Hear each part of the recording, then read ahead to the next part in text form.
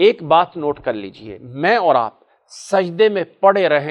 رہیں پیدا ہونے سے لے کے مرتے دم تک، دنیا کے سارے انسان بھی، لیکن وہ لوگ جو نبی کے دور میں تھے جنہوں نے ایمان کی حالت میں جاگتے ہوئے اللہ کے نبی صلی اللہ علیہ وسلم کو دیکھا ہے، ہم اس ایک سیکنڈ کے برابر بھی نہیں ہو سکتے ہیں جو انہوں نے نبی کو دیکھا ہے، جنہیں صحابی کہا جاتا ہے، آپ صلی اللہ علیہ وسلم پہ سچے مسلمان کہا جاتا ہے، وہ ہم سے کہیں بڑے ہیں۔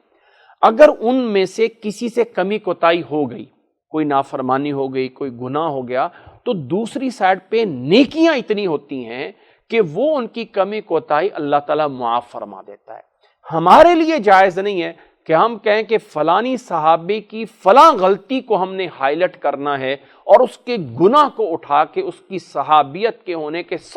سارے اعمال پہ قلم پھیر دینی، یہ ہمارے لیے جائز نہیں ہے۔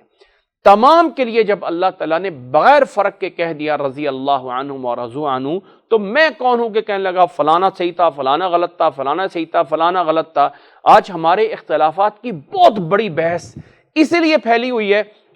کہ جی فلانا صحابی صحیح تھا اور فلانا غلط تھا۔ ہمیں اس چیز کی ضرورت نہیں۔ اللہ نے قبر میں جا کے یہ نہیں پوچھنا ہے کہ بتاؤ حضرت علی حق پہ تھے یا حضرت معاویہ حق پہ تھے۔ ہاں اللہ نے یہ ضرور پوچھنا ہے کہ رضی اللہ عنہم ورضوا عنہ کی آیت پہ ایمان ہے کہ نہیں ہے، یہ ضرور ہے کہ یہ آیت کو مانتے ہو کہ نہیں، لیکن کون حق پہ تھا اللہ عالم۔ ہاں ہمیں یہ ضرور پتا ہے کہ رضی اللہ عنہم وہ بھی ہیں اور رضی اللہ عنہم وہ بھی ہیں۔ یہاں پہ ایک صحابی کا واقعہ آتا ہے، اس صحابی کا نام تھا حاتم ابن ابی بلتہ، اور یہ صحابی بدر میں تھے، بدری صحابی تھے، مخلص تھے، اور بدر والوں کے لیے اللہ تعالیٰ نے اعلان کر دیا تھا کہ اب جو بھی بعد میں عمل کریں گے اللہ نے ان کو معاف کر دیا۔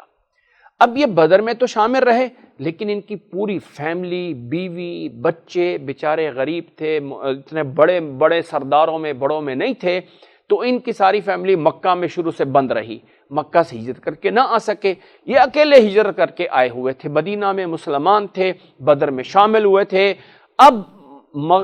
مدینہ میں آئے ہوئے 8 سال ہو گئے، اور اب مسلمانوں نے بڑا لشکر تیار کر لیا کہ اب ہم نے مکہ کو فتح کرنا ہے۔ مکہ کو فتح کرنے کے لیے جا رہے ہیں، تو اب یہ صحابی بھی ساتھ ہیں، وہاں پہ ان کے بیوی بچے بڑے قریبی رشتہ دار ہیں اور مکہ میں ہیں۔ اب ان کو یہاں نہیں پتا کہ مکہ میں جا کے پتہ نہیں کتنی بڑی جنگ ہونی، ہو سکتا ہے سب کو ملیا میٹ کر دیا جائے، قتل کر دیا جائے، ختم کر دیا، ان کو نہیں پتا۔ انہوں نے کیا کیا کہ ایک خفیہ طور پہ لیٹر لکھا، خط لکھا، ایک رقعہ لکھا، اور یہ جو مکہ فتح کرنے کا جو لشکر تھا مسلمانوں کا 10,000 کا لشکر، یہ خفیہ رکھا گیا تھا، اس کی مکے میں اطلاع نہیں پہنچنے دی تھی۔ جب تک یہ اچانک پہنچ کے حملہ نہیں ہوا، اس وقت تک مکے والوں کو پتہ ہی نہیں تھا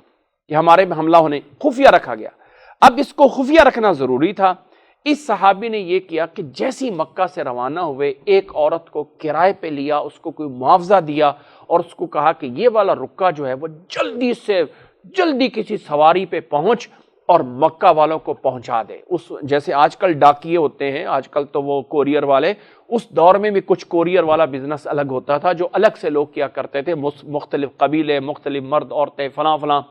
تو اس عورت کو کہا میرا یہ خط پہنچا دے، تجھے یہ میں انعام دوں گا، اور اس میں لکھ دیا کہ اے مکہ والو، مدینہ والے تم پہ حملہ کرنے کے لیے آ رہے ہیں اور اپنی حفاظت کر لو، اور ایک ریکویسٹ کر دی ساتھ ساتھ کہ فلاں میرا گھرانہ ہے اس کی بھی حفاظت کر لینا۔ اب اس نے سمجھا کہ میں جو ہے وہ ایسا کر رہا ہوں، ادھر اللہ تعالیٰ نے وحی کے ذریعے نبی کو بتا دیا کہ اس بندے نے یہ خط بھیج دیا ہے۔ اللہ کے نبی صلی اللہ علیہ وسلم کو پتہ چلا، اپنے حضرت علی کو، حضرت مقداد اور حضرت زبیر رضی اللہ عنہ کو بھیجا، جاؤ جلدی گھوڑ سوار دوڑ کے فلاں راستے سے فلاں جگہ پہ ایک عورت جا رہی ہے، اس کے پاس ایک رکا ہے، پکڑو۔ وہ جو ہے یہ صحابہ پہنچے، اس عورت نے کہا جی میرے پاس تو کچھ نہیں ہے، میرے پاس۔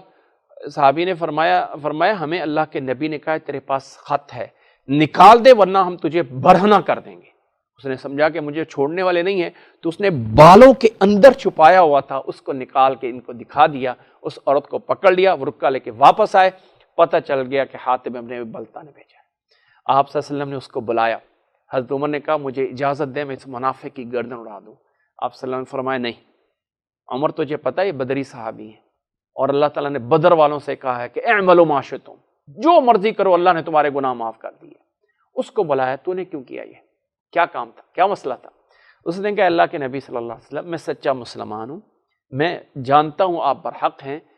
بس میرا یہ ذہن تھا اور مجھے یہ پتا ہے کہ آپ نے مکہ میں جا کے غالب آ جانا ہے, غلبہ آپ کو ملنا ہے, اور مجھے پتا ہے کہ کافروں نے کچھ بھی نہیں کرنا. میں ایک چھوٹا سا ان پہ احسان کرنا چاہتا تھا کہ اسی بہانے میرے گھرانے کو بچاؤ مل جائے گا, حفاظت مل جائے گی, کیونکہ میرے اس گھرانے میں کوئی نہیں ہے بچانے والا,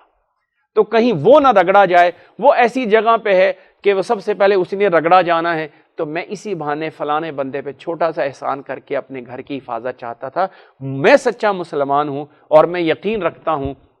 کہ آپ نے غالب آنا ہے. آپ صلی اللہ علیہ وسلم نے اس کو معاف فرما دیا, اس کو درگزر کیا. اب اس واقعے سے اللہ تعالیٰ نے یہاں پہ اس واقعے پہ تبصرہ کرتے ہوئے فرمایا, او لوگو, یہ بیوی بچے یہ اولاد کام آنے والے آخرت میں تمہارے نہیں ہیں, کام آنے والا اللہ اور اللہ کے رسول ہی ہے. لہٰذا اس وجہ سے یہ جو تھوڑے سے جذبات آ جاتے ہیں کہ انسان حرام کما کے بھی لا کے اپنے بچوں کو دے رہا ہوتا ہے, اس میں تمہاری یہ بیوی بچے تمہارے کام نہیں آئیں گے آخرت میں, اس لیے ان کے لیے اپنے آپ کو حرام میں نہ ڈالا کرو. یہ اصل مضمون ہے. تو اس کو سے ضمناً ایک بات سمجھ آتی ہے کہ صحابی سے اگر کوئی کمی کوتاہی ہو گئی ہے تو دوسری سائڈ پہ اس کے پاس عمل اتنے ہیں کہ اللہ تعالیٰ اس کو معاف کر سکتا ہے. اس لیے مجھے اور آپ کو یہ حق حاصل نہیں ہے کہ ہم کہیں فلانے نے یہ کیوں کیا اور فلانے نے وہ کیوں کیا. میں اور آپ کون ہوتے ہیں یہ کہنے والے؟